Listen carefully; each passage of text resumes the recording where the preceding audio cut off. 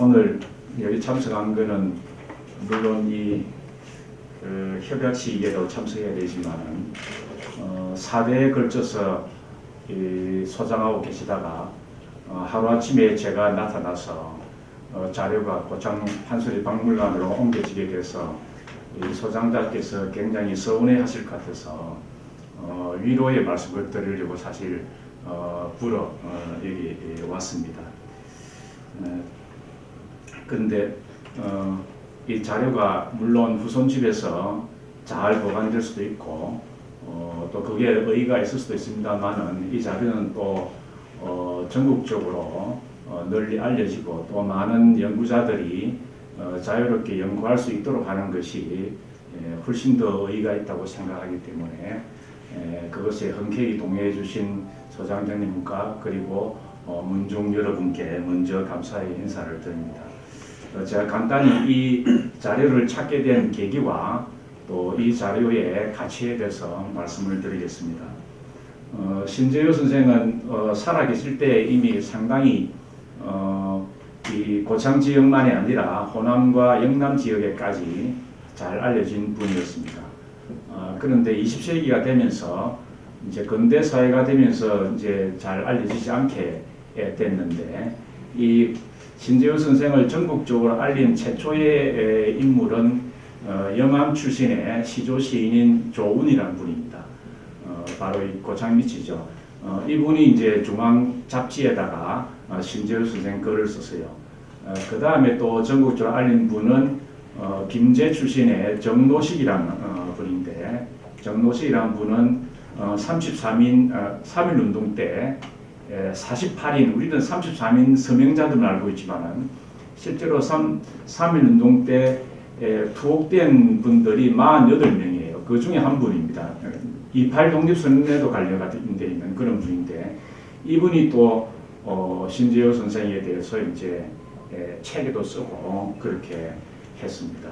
그리고 이제 신재효 선생에 대해서 대학에서 연구를 할 수 있도록 기초를 닦은 분이 가람 이병기 선생입니다. 그래서 아까 군수님이 말씀하신 것처럼 1932년 8월에 가람 선생은 영광의 시조 시인인 조운 선생하고 같이 여기를 방문을 이제 합니다. 방문해가지고 독리고택도 보고 그리고 독리의 사설에 대해서 이제 물어보니까 고수면 평지리에 구장을 하시는 지금 미장을 하시는 박헌옥 씨 댁에 모든 게 다 있다고 한다 이렇게 적어놨어요.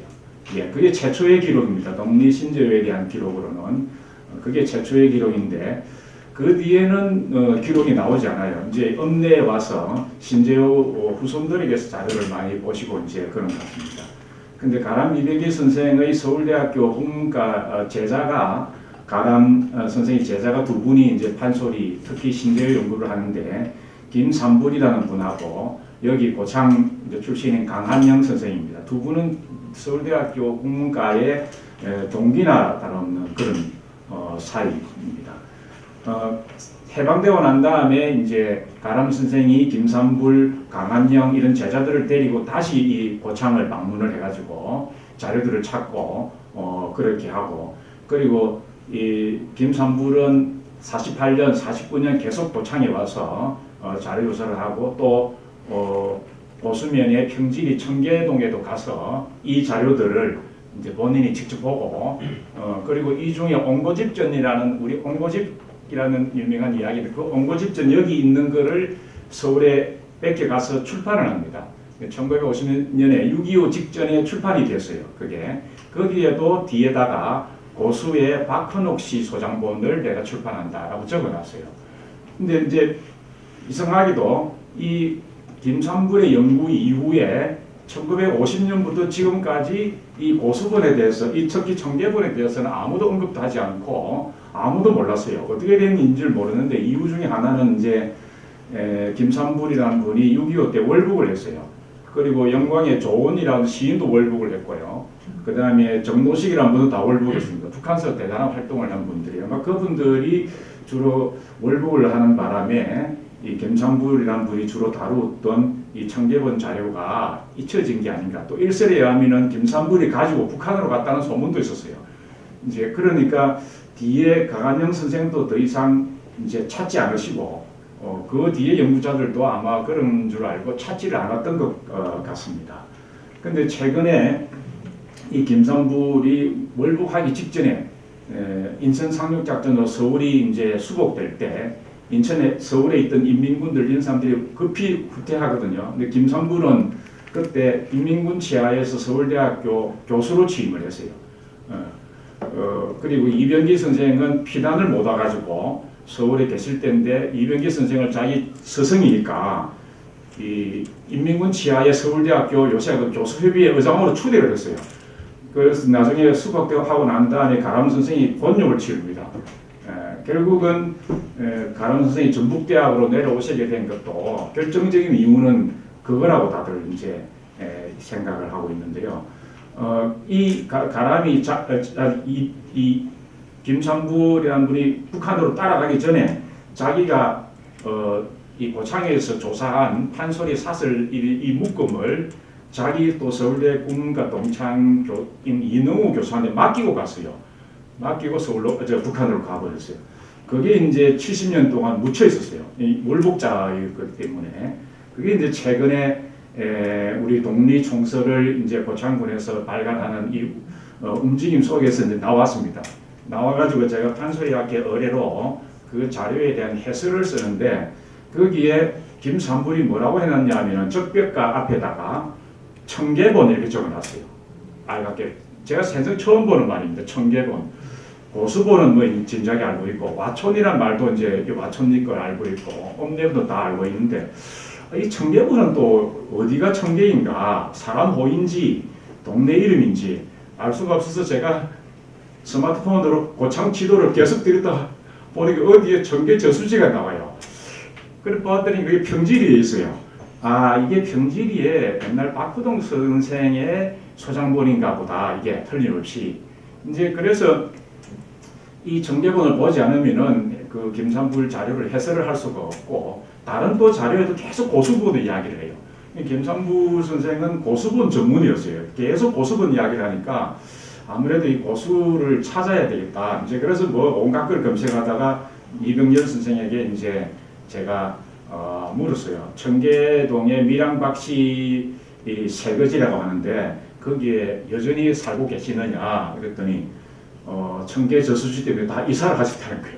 그래서 이거 이제 영원히 못 찾는가 보다 이랬더니 이제 우리 이병열 선생이 우리 박종원 교육장님을 아시니까 혹시 그 아실지 모른다. 그래서 전화를 이제 하더니 바로 그 박근옥 선생의 손자분이시라는 거예요.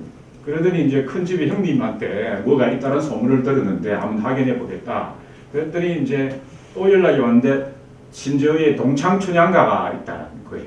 이게 나중에 말씀드리겠습니다만 이 동창춘향가 오늘 이제 보실 텐데 신재호 원본은 없고요. 신재호 자료의 그 이제 필사본들이 후손집에 있고 저 성두리에 있고 그다음에 일부가 여기 이제 고수 와촌에 영암정씨 집안에 있습니다. 그런데 지금 여기 우리 다 보시다시피 신재호 직계 후손 집에도 이게 다 있지 않고요. 고수의 보홍교수 집에도 이게 다 있지 않고 와촌의 정씨 집에는 고창문화원에 두 분이 들어와 있는데 그 두 분밖에 없어요. 근데 지금 완질이 있는 데는 여기밖에 없습니다. 그리고 그 동창춘향가도 100년 전에 저 필사된 건 이게 유일본입니다. 지금 어제도 확인했는데 엄내본에도 없고 신재호 후손집에도 없고 저 성두리에도 없고 지금 이 청계에만 있는 유일한 굉장히 소중한 자료입니다. 이게 이제 그래서 이제 이병렬 선생이 동창춘향가가 있다는 연락을 하길래 제가 그걸 보름 전에 제가 이제 와서 확인을 하게 됐습니다. 완질이라고 하는 것은 판소리 6마당 외에 신재호가 지은 여러 가지 가사, 잘 알고 계시는 도리화가라든가 오성가라든가 허두가라든가 이런까지 다 갖추고 있다는 말입니다. 판소리 6마당에 있는 게 아니고요. 독립 선생이 지은 여러 가지 가사, 작가, 타령 이제 이런 것들이 있는데 그것도 다 갖추고 있습니다. 그래서 아주 이 자료적 가치가 높고요. 그 다음에 또 다른 집안에는 전해지지 않는데 판소리 중에 이제 아까 말한 옹고집 탈전 이것도 판소리거든요 원래.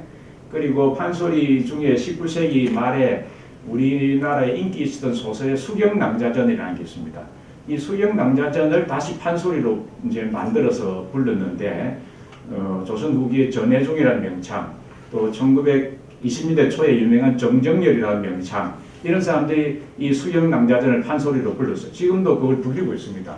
근데 그 수경낭자전의 그 원본이 되는 것도 지금 오늘 기탁하신 분의 정조부께서 직접 필사한 게 여기 이제 있어요. 그래서 이 청계동의 그 박근옥 선생님의 그 부친 이 집안은 그냥 독립사설만 즐긴 게 아니고 판소리 전반에 대해서 상당히 관심이 많고 그 자료를 다 같이 수집하신 분 같습니다. 그래서 다른 성두리의 고용유씨 집안보다 또 이쪽에 와촌리의 그 영암정씨 집안보다 이 청계동의 밀양 박씨 집안이 훨씬 더 이 판소리 향유와 관련해서는 앞으로 더 많은 연구를 해볼 만한 그런 역사를 갖고 있다는 걸 말씀을 드리겠습니다. 그 다음에 상태도 상당히 양호하고요. 극히 일부만 보존 처리를 좀 해야 되겠고, 만약에 더 이상 그대로 두면 더 이상 이제 이용할 수 없는 상태가 되기 때문에 좀 빨리 보존 처리를 해서 연구 보존할 수 있도록 하면은 더 가치가 있을 것 같습니다. 그리고 또 하나 놀라운 거는 이 오늘 그 소장하신 분의 정조부께서 다 필사를 하신 건데, 그 소장하고 계신 부친께서 또 1930년대에 남창 춘향가를 필사해가지고 절긴 자료가 있어요. 그래서 이건 집안에서 옛날 할아버지가 절기에다가 그만두고 후손은 더 이상 뭐 관심이 없는 게 아니고 이 자료는 대대로 걸쳐서 이 자료를 읽고 문학을 즐긴 그런 귀중한 자료라는 점에서도 의의가 있습니다. 그리고 오늘 이번에 처음 이 청계본이 완질본이 나왔기 때문에 이제 우리가 뭐 다 볼 수 있는데, 제가 아까 말씀드린 것처럼 신주의 후손집에도 이게 다 갖추고 있지 않고 성두리에도 다 갖추지 않은 거를 여기저기 걸 모아가지고 독리전집을 최초로 편찬한 분이 가람 이병기 선생입니다. 그 이제 서울대학교 도서관에 그게 있습니다. 그런데 그거는 독립선생이 원본이 1차본이면은 지금 우리가 앞에 있는 이거 또 성두리에 있는 이런 게 2차본입니다. 근데 그에 비해서 또 가람 선생이 필사한 거는 3차본이에요. 그럼 자료적인 가치로 보면은 이제 우선순위에 여기 있는 자료보다 가람 선생 자료가 밀리는 겁니다. 이게 만약에 이 자료가 안 나왔으면은 가람 선생 자료가 계속 중요한 자료입니다. 왜냐면 그게 다 집성해 놓은 자료이기 때문에. 근데 이제 이 자료가 나와서 이 자료가 사실은 2차본 중에서는 제일 중요한 자료가 되는 거고 3차본 자료에서 제일 중요한 게 이제 가람 선생 자료가 되고, 가람 선생은 또 그 춘향간이 뭐 흥부간이 이런 걸 필사하시면서 그걸 어느 집에서 가져왔다고 말씀을 안 해놨어요. 네. 오리무중입니다 이게. 그런데 이번에 이게 나옴으로써 제가 이걸 이제 확인을 해보니까 가람 선생이 만들어 놓은 전집에 들어있는 적벽가는 이 청계본 적벽가예요. 이걸 필사해서 넣은 겁니다.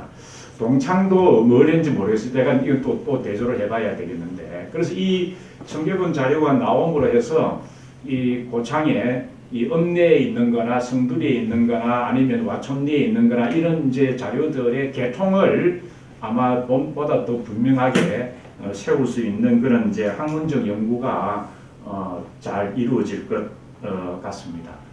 그 다음에 이제 이 독리 자료가 어떻게 해서 인근에 고을로 이렇게 퍼져나가는가, 또 어떤 집안에서 이걸 주로 집중주로 절겼는가, 이런 연구도 이번 이 청계본 발굴을 계기로 이제 또 새롭게 가능해질 거라고 생각합니다. 그래서 이 자료가 여러 가지로 학술사적 가치가 있고 또 이 자체가 또 문화재적 가치가 있기 때문에 이 기증하신 분들이 섭섭하겠습니다만은 그래도 뭐 그런 거로 위안을 삼으시길 바라고, 또 4대에 걸쳐서 소중하게 보관해 오셨던 것을 흔쾌하게 고창군을 위해서 또 한소리 학교를 위해서 내놓으신 박종욱 선생님 그리고 또 박종원 선생님께 거듭 감사의 말씀을 드리고 이걸로 인사 말씀을 그치겠습니다. 감사합니다.